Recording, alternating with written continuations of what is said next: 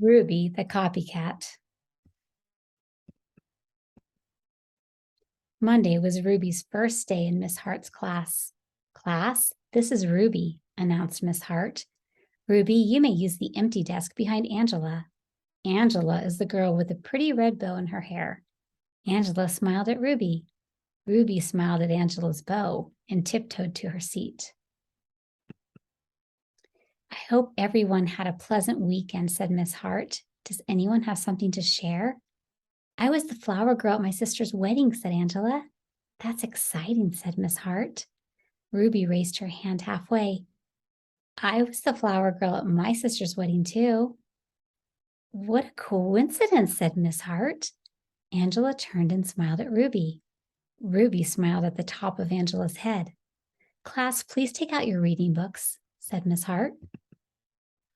At lunchtime, Ruby hopped all the way home on one foot. When Ruby came back to school, she was wearing a red bow in her hair. She slid into her seat behind Angela. I like your bow, whispered Angela. I like yours too, whispered Ruby. Class, please take out your math books, said Miss Hart. On Tuesday morning, Angela wore a sweater with daisies on it.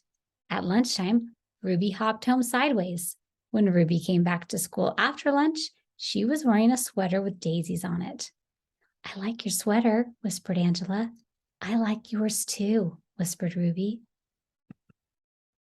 On Wednesday, Angela wore a hand-painted t-shirt with matching sneakers.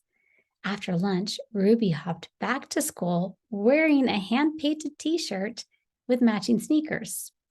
Why are you sitting like that, whispered Angela. Wet paint, said Ruby. On Thursday morning, during sharing time, Angela modeled the flower girl dress she wore at her sister's wedding. Ruby modeled her flower girl dress too, right after lunch. Angela didn't whisper anything. By coincidence, on Friday morning, both girls wore red and lavender striped dresses. At lunchtime, Angela raced home. When Angela came back to school, she was wearing black. On Friday afternoon, Miss Hart asked everyone to write a short poem. Who would like to read first? Asked Miss Hart. Angela raised her hand. She stood by her desk and read, I had a cat I could not see because it stayed in back of me. It was a very loyal pet. It's sad we never really met. That was very good, said Miss Hart. Now who's next? Miss Hart looked around the room. Ruby? Ruby stood and recited slowly. I had a nice pet who I never met because it always stayed behind me, and I'm sure it was a cat too. Ruby smiled at the back of Angela's head. Someone whispered. Ruby sat down. What a coincidence, murmured Miss Hart. Angela scribbled something on a piece of paper and passed it to Ruby. The note said, You copied me. I'm telling Miss Hart. P.S. I hate your hair that way. Ruby buried her chin in the collar of her blouse. A big tear rolled down her nose and plopped onto the note. When the bell rang, Miss Hart sent everyone home except Ruby. Miss Hart closed the door of the schoolroom and sat on the edge of Ruby's desk. Ruby, dear, she said gently, you don't need to copy everything Angela does. You can be anything you want to be, but be Ruby first. I like Ruby. Miss Hart smiled at Ruby. Ruby smiled at Miss Hart's beautiful polished fingernails. Have a nice weekend, said Miss Hart. Have a nice weekend, said Ruby. On Monday morning, Miss Hart said, I hope everyone had a pleasant weekend. I did. I went to the opera. Miss Hart looked around the room. Does anyone have something to share? Ruby waved her hand. Glued to every finger was a pink plastic fingernail. I went to the opera too, said Ruby.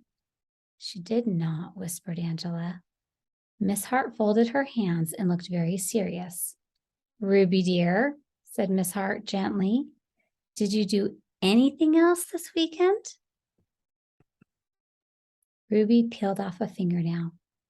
I hopped, said Ruby. The class giggled. Ruby's ears turned red. But I did. I hopped around the picnic table 10 times. Ruby looked around the room. Watch.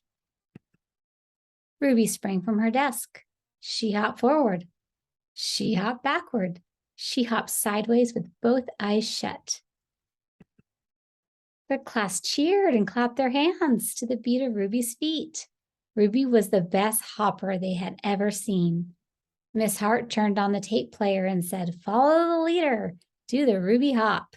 So Ruby led the class around the room while everyone copied her. And at noon, Ruby and Angela hopped home for lunch.